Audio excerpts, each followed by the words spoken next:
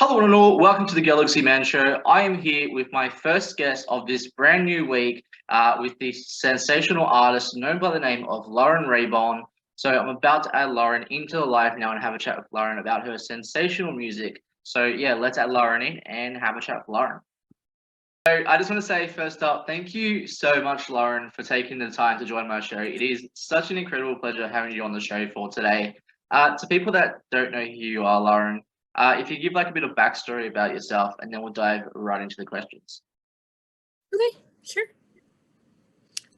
So a little bit about me. I'm from Birmingham, Alabama, moved to Nashville, Tennessee, right after high school to pursue music. I had a love for music at a really young age.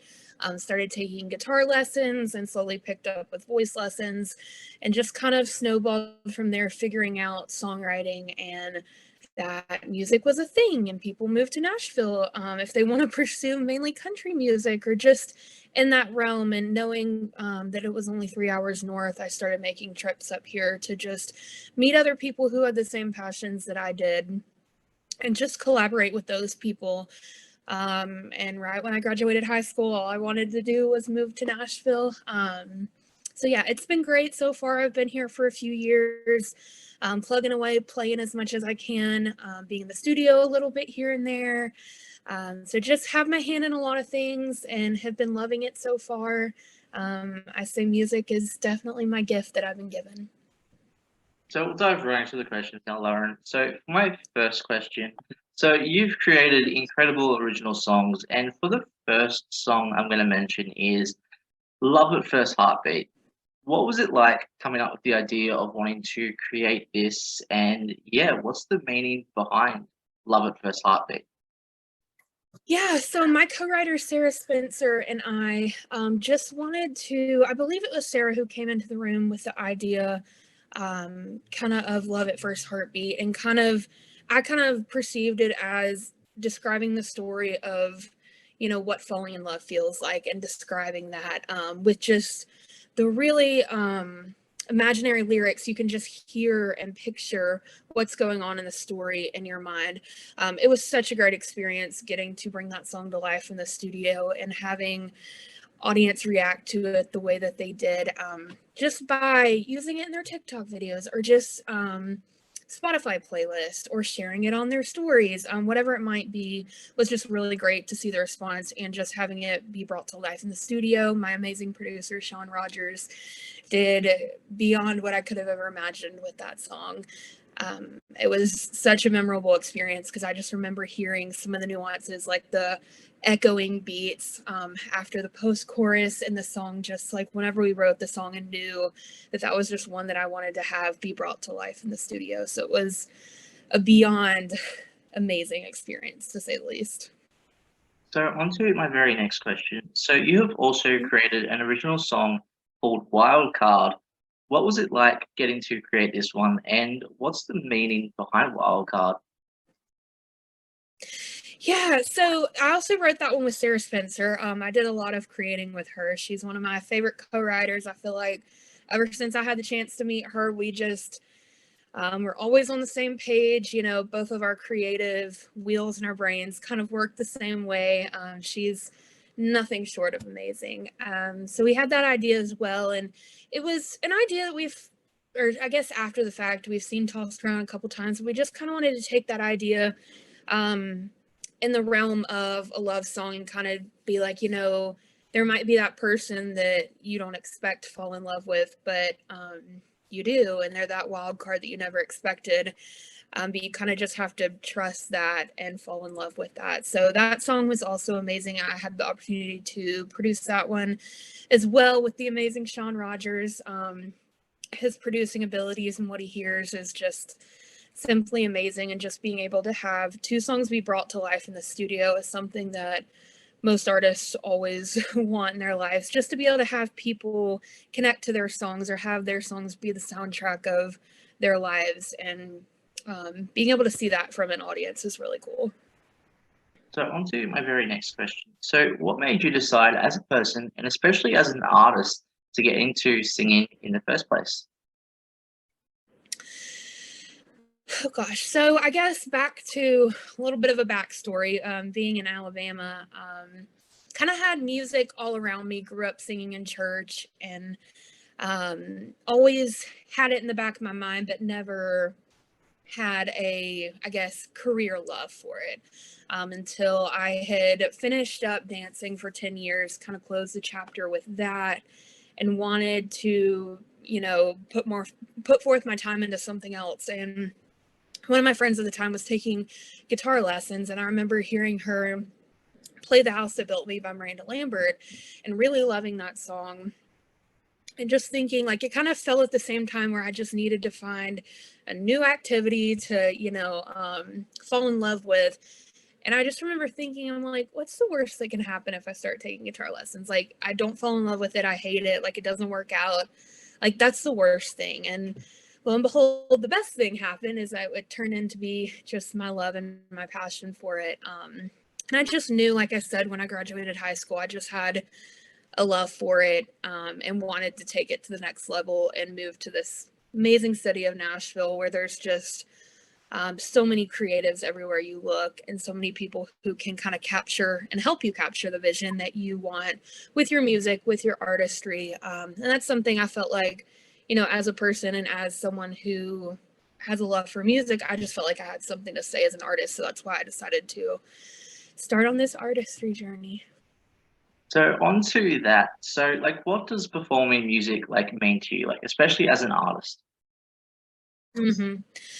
Performing music is honestly just something that I can bring joy and release to my audience. If that at the end of the day, if I connect with my audience and give them just a memorable part of their day, or one of my songs is a memorable part of their summer per se. I know all of us, our lives revolve around playlists and just music, and having my song be a part of that in someone's life, just being able to connect with them means the world, and just connecting with them, but also just, like I said, being a light in someone's life. And just, I've always said at the end of the day, performing music, if I've just at least given someone something to smile about that day, my job has been done.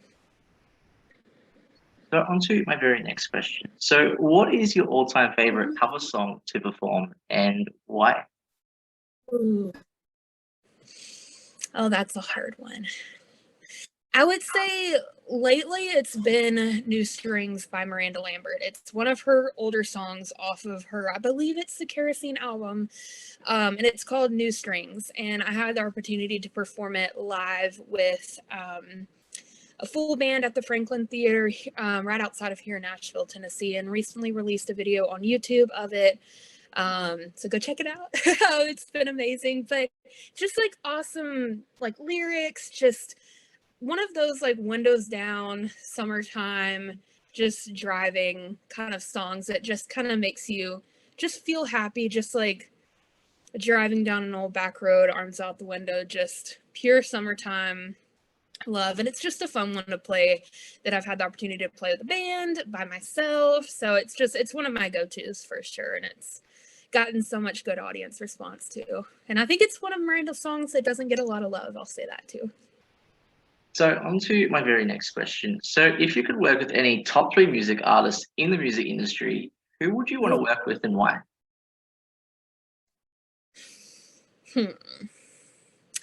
Top three artists, I would say one of them being Kelsey Ballerini. I've had the opportunity to watch her career start from the bottom up. CMA Fest is a big thing here in Nashville during the summers, where a lot of country artists come and they perform, and kind of gives them a chance to give back to fans and just meet fans and just say, hey, thank you for listening to my music. And I guess it was 2015, I attended her very first fan club party.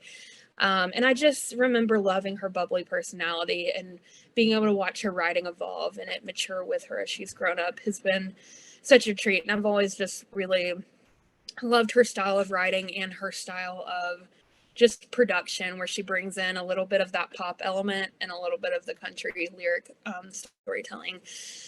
Someone else who I guess has just started the artist journey is Nicole Gallion. She can be seen on a lot of writer credits on a lot of songs, from Camila Cabello to Morgan Wallen to Kelsey Ballerini herself, just tons of different artists that she's broken into and has started doing artistry stuff herself. But man, her songwriting and her way that she tells a story is just magnificent. It would be a dream to work with her one day. And oh gosh, the third. I know she's passed, but Loretta Lynn, honestly, is such an amazing artist in country. If I could go back in time and just even have a conversation with her, she did a lot for country musicians, especially females, in the time that she was here and plugged her way through the music industry and came from nothing to something. Just grew up with my dad loving country and listening to her stuff in his car, and just the lyrics of her songs and how real and raw they were and how just unashamed she was to be herself. So I would say those three powerhouse females are definitely three people that I look up to. So on to my very next question. So if you could go anywhere, like in the world, any country, any place for your music, like where would you want to go to and why? Ooh. So I've heard a lot that there is a big country music love in the UK as well as Australia. One of those places, I know they have C2C, and I forgot what the one in UK is, or maybe it's Aussie, I can't remember, but they have two really big country music festivals there that I know. So my friends personally have even traveled to, and just have heard how amazing it is to perform for crowds like that overseas. So those would be two of those that I would, knock on wood, be able to play one day. So on to my very next question. So what advice would you give to upcoming artists that want to get into singing? And yeah, what advice would you give them? Yeah. Something that I received when I was kind of still learning the ropes of if I wanted to do this for a living or not was just one thing someone told me that I just don't ever let slip my mind is don't stray from being yourself. It's so hard in this industry with it being now so public and social media and all of that to just conform to what labels or radio or whoever just wants for the next big thing. And I've always said, if it has to come down to straying from who I am as a person, I wouldn't ever want to stray from that. And I've tried my very best to stick to that ever since I started in music. And that's something I would recommend to someone, is just stay true to yourself, hold yourself to those morals and values you've grown up with, and just dig your boots in, dig your heels in the ground. It's going to be a long, bumpy ride, but if you have the drive and the love to do it, then you're meant to be here for it. So onto that. So if now Lauren, looking over back like your career in the industry of the music industry, like looking back over your time, like what advice would you give to your younger self and why? Advice that I would give to my younger self, my vocal coach that I've had for many years had instilled in me from a very young age that idea of just sticking it out, digging your boots in deeper. When something gets you down, just it makes you just grind a little bit harder. I would just go back and tell her just to take in everything where you are right now. Don't be worried so much about the future and what's coming. I feel like at times that this is where I, like right now, where I am right now is all where I wanted to be when I was 15 or 16 or 17 years old. And I would have gone back to tell her, just enjoy the moment, breathe, everything will happen like it's supposed to. And that's a really big thing I've been instilled in as well, is I just believe everything happens for a reason, good or bad. So just I wish I could have gone back and say, live in the moment, your time will come, you're where you're supposed to be. So on to my very next question. So what are the positive and negative side into the music industry, and how do you get through those like negative moments as an artist? Yeah. There's definitely the negatives. Honestly, sometimes more than the positives. When you're starting out and kind of navigating that career and finding the people who are, will help you make your dreams come true. Some of the positives is just connecting with awesome people, Jacob, even like yourself, who just love music and want to bring it to the masses. And people who just champion you as a person and as an artist are definitely the positives. I'm kind of biased, but I feel like the country genre has one of the best communities around. The negatives, I mean, there's honestly a lot of no's or a lot of just wait, your time will come, whether it might be a label needing a show, whatever it might be, fill in the blank, there are a lot of no's. And just going back to what learned when I was younger is just staying true to yourself and reminding yourself why you're here in the first place and wanting to do music and bringing you back to those, when you first started out music, those thoughts that, I want to do this for a living. I'm here for a reason, that kind of stuff kind of makes you bring yourself back from the negatives into the positives. And I won't lie and say it's a smooth road. It's pretty bumpy at times, but like I said, just the love for it and the want to create and just connect to people and give them something to smile about or just make their day always brings me back to why I did this in the first place. So on to my last question. So what's next for you onwards, for the rest of 2023? Any music planned for this year? Yeah, I will say I'm always in the studio. I'm always writing, always working. Big goal for 2023 is just to play out a lot more. I have quite a few shows coming up over the next few months. Really digging my boots. I've said that a lot, and I don't know why. It's digging my boots and digging my heels in for festival season coming up. Really looking forward to getting out, just meeting everyone who's been streaming my music and loving it. Looking forward to playing some shows back in Alabama.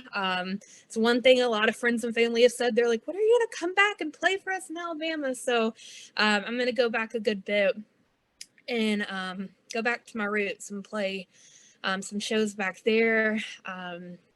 Can't spill anything as far as new music yet, but I will say always in the studio, always working. Stay tuned for some YouTube content coming. I have some awesome videos coming there.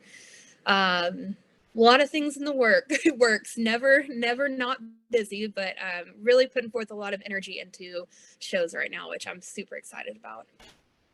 Well, I just want to say thank you so much, Lauren, for taking the time to join my show. It has been such an incredible pleasure having you on the show as a guest for today. Do you have any last final thoughts or anything that you'd like to share to people on the show? Oh my gosh. Well, I just thank you so much for your time, Jacob. This has been amazing.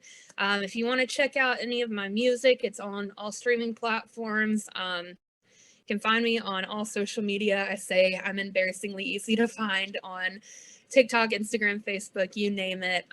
Always have fun stuff coming at the people on the social media worlds. But other than that, just thank you to everyone who streams my music, listens to it, who kind of helps make this dream come true, because it truly would not work without people like y'all who stream music and love music and support us.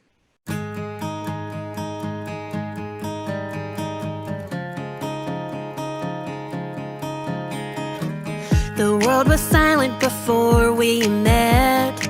Needed you just like my lungs needed air. Praying for a spark, something to ignite, to show me that this is worth it.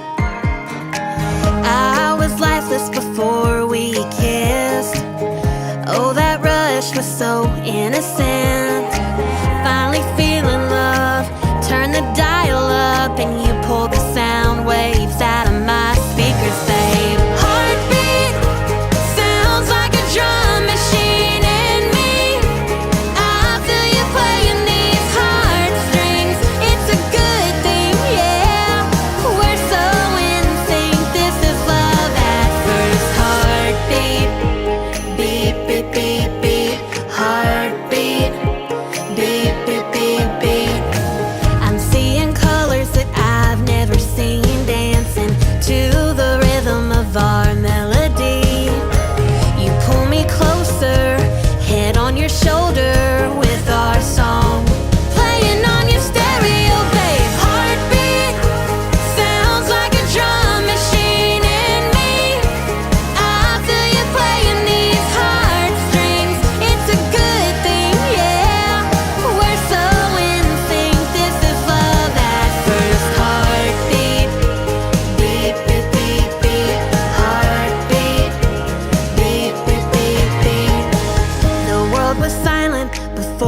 we met.